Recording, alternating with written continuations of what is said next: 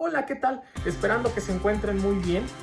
Antes de hacer la recomendación el día de hoy, me gustaría pedir una disculpa, por supuesto, a todas y a todos quienes de manera muy amable me han estado preguntando en los últimos días y en las últimas semanas por qué no he subido los anteriores días viernes mi cápsula correspondiente. Y pues bueno, es por lo siguiente, porque afortunadamente he tenido un cúmulo de proyectos y algunos trabajos importantes y por lo tanto no me ha dado tiempo las cuestiones de grabación y de edición. Pero si de manera sacramental a partir de este momento ya no las subiré de forma consecutiva los días viernes, lo que trataré de hacer es subir, si bien es cierto, los días viernes, pero cada 2 o cada 3 semanas, alguna cápsula, como ustedes ya saben, de algún contenido que me llame la atención, alguna lectura, alguna película o alguna serie de televisión. Entonces, dicho lo anterior, pues la recomendación del día de hoy es sobre una edición conmemorativa de un libro muy especial para mí, que es perteneciente a Mario Vargas Llosa. ¿Y por qué recomendar algo de él? Precisamente porque hace poco menos de 2 semanas fue su cumpleaños número 85, concretamente el 28 de marzo, y por lo tanto se me ocurrió grabar algo respecto de recomendar un libro, y por supuesto, más que un libro, me parece que esta edición que tengo en mis manos, que es sobre La conversación en la catedral, esta novela extraordinaria de Vargas Llosa, la cual fue publicada por primera vez por allá del año de 1969, y esta edición que les quiero recomendar el día de hoy es sobre el 50 aniversario. Se publicó por allá del 2019, hace un par de años. Está editada por Alfaguara. Me parece que tiene un buen formato, un buen espacio, buen tipo de letra, buen tamaño de letra también, como aquí lo pueden apreciar.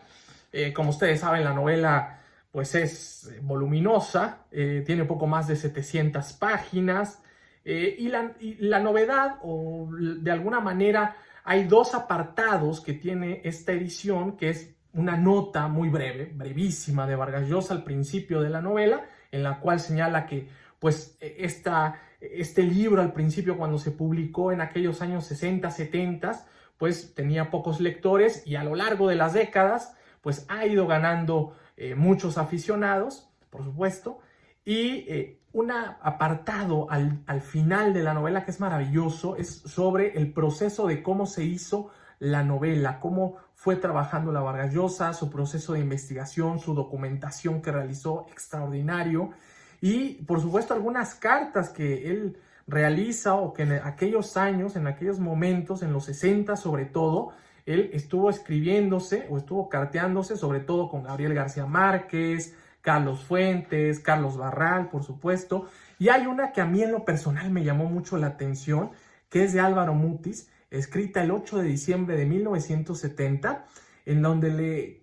le escribe a Mario Vargas Llosa lo siguiente. Solo leerles algunas líneas que a mí me dejaron impresionados, que es: viejo, estoy aún bajo el deslumbramiento y el shock de Conversación en la catedral. La terminé hace 5 días y no puedo leer nada, ni siquiera mis sólitas Memorias del Imperio o los Códices Bizantinos. Conversación en la catedral ha sido para mí la primera novela de nuestras patrias hispanoparlantes. Totalmente de acuerdo con Álvaro Mutis. A mí, en lo particular, cuando yo la terminé de leer, precisamente me sucedió, creo que algo parecido. No pude leer algo más. Me pareció un trabajo extraordinario, me pareció un trabajo increíble. Creo que es una de las novelas imprescindibles, no solo del siglo XX, sino imprescindibles de toda nuestra literatura, por supuesto. Como ustedes bien saben, solo para platicarles un poco el contenido o de qué va la novela, para, por supuesto, aquellos que no, o aquellas que no lo han leído aún, no es una novela histórica como el propio Vargas Llosa lo señala, sino simplemente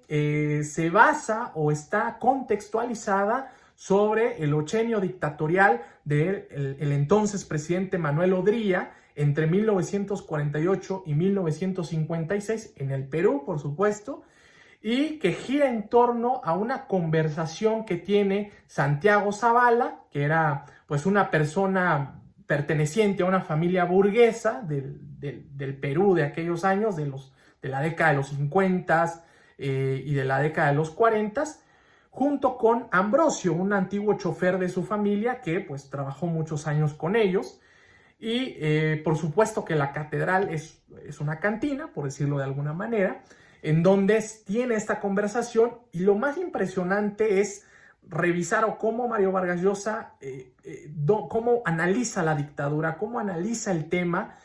sobre todo en torno a que Manuel Odría no es el personaje principal, ni siquiera, sí es mencionado, pero ni siquiera es autorretratado en esta novela, sino que a su alrededor de todos los personajes que surgen en esa dictadura, por supuesto se entiende, se comprende el nivel de totalitarismo, de absolutismo en aquellos años, y cómo cambió la percepción generacional de todas un grupo de personas en Lima y en todo el Perú respecto de la política y de los políticos en aquel entonces, ¿no? Y sobre todo pintar el retrato del segundo o del personaje de alguna manera más importante de la dictadura, que fue Alejandro Esparza, quien es representado en la novela por un personaje que se llama Cayo Bermúdez, o como Vargas Llosa lo pone aquí, como Cayo Mierda,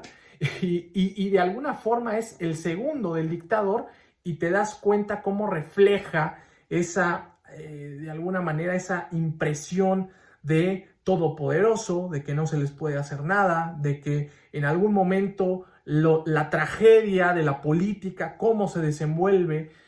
un dictador, y no solo un dictador, me parece también muy adecuado para nuestros tiempos y nuestras circunstancias latinoamericanas. Por lo tanto, para no aburrirlos más, pues esta es la recomendación del día de hoy. Ojalá consigan esta edición, vale mucho la pena, sobre todo para tener en casa. Y pues bueno, que tengan un estupendo día viernes y por supuesto un buen fin de semana.